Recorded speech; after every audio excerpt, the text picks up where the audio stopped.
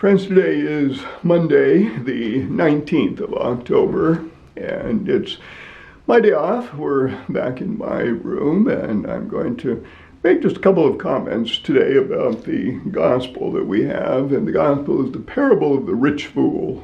Parable of the rich fool.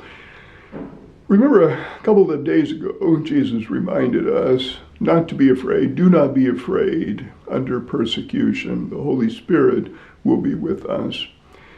And today, it's a kind of similar theme of not being afraid, but this time, not to be afraid when our material possessions fail us, or when we lack material possessions.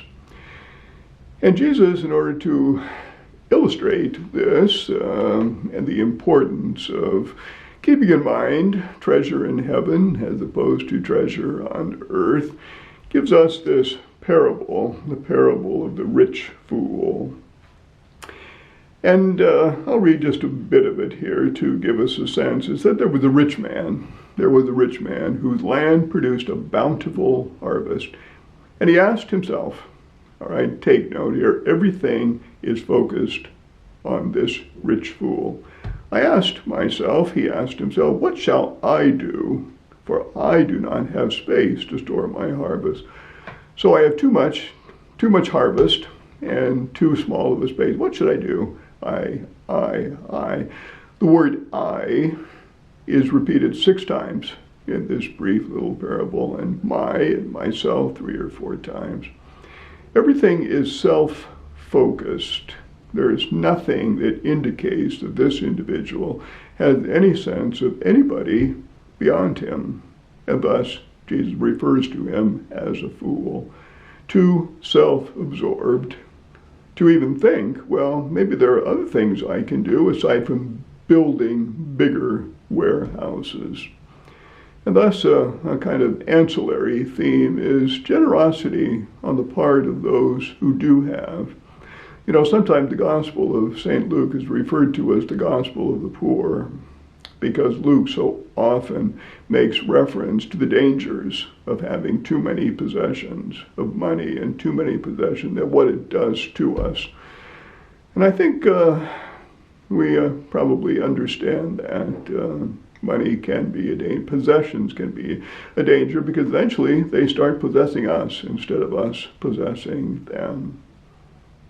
And so we have this rich fool who is wondering, well, maybe I should build bigger warehouses. And when he does, he says to himself that now you can rest, eat, drink, and be merry. Somehow everything is in place. All he thinks about is those worldly possessions and forgets about storing treasure in heaven, and thus he is the fool. We're reminded here of Psalm 14, where it says, the fool says in his heart, there is no God. Our fool, we might call an atheist, because his thoughts never turn to God, and maybe the accountability that he must have to God in order perhaps to store up treasure in heaven, or to be generous with this abundant harvest that he has. And so we need to remember here in the parable, it says that his life is taken from him. You know, he says, eat, drink, and be merry. And God said to him, you fool, this night your life will be demanded of you. And what good? What good is all that bounty, all those possessions? What good will it be when his life is taken from him? He dies, he collapses and, and falls dead. So much for all of those goods. And the reminder, too, that life that we have is a gift, and it's on loan. It's on loan. We don't own it. And the Lord will call back that loan sometime. And are we ready for that?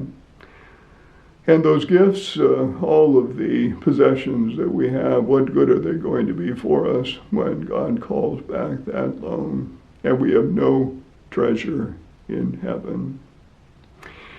It's a kind of tale that is a warning to all of us to store up treasure in heaven, not so much to worry about what we have now. You know, the Lord will always provide. I think I spoke of last time the lilies of the field, the birds of the air, how the Lord takes care of them. Well, the Lord will take care of us as well. And thus, the conclusion of the parable, thus will it be for the one who stores up treasure for himself, but is not rich in matters of God. Hold that thought, and we'll see you tomorrow.